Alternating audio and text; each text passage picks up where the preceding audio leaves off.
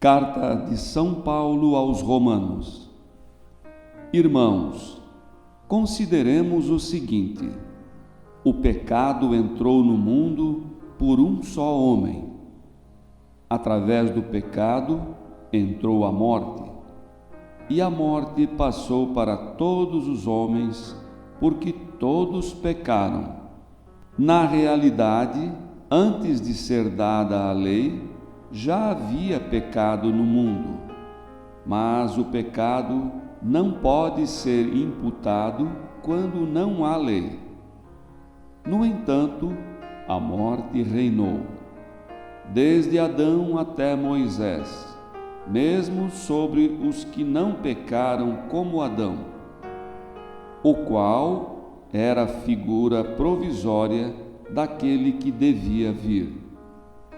Mas isso não quer dizer que o dom da graça de Deus seja comparável à falta de Adão.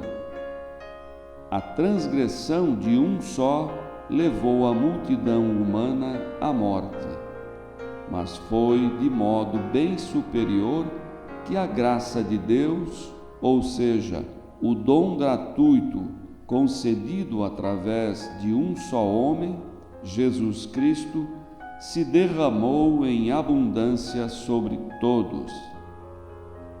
Também o dom é muito mais eficaz do que o pecado de um só, pois a partir de um só pecado, o julgamento resultou em condenação, mas o dom da graça frutifica em justificação a partir de inúmeras faltas.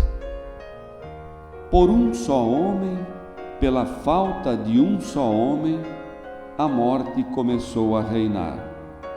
Muito mais reinarão na vida, pela mediação de um só, Jesus Cristo, os que recebem o dom gratuito e superabundante da justiça. Como a falta de um só acarretou condenação para todos os homens, assim o ato de justiça de um só trouxe para todos os homens a justificação que dá a vida.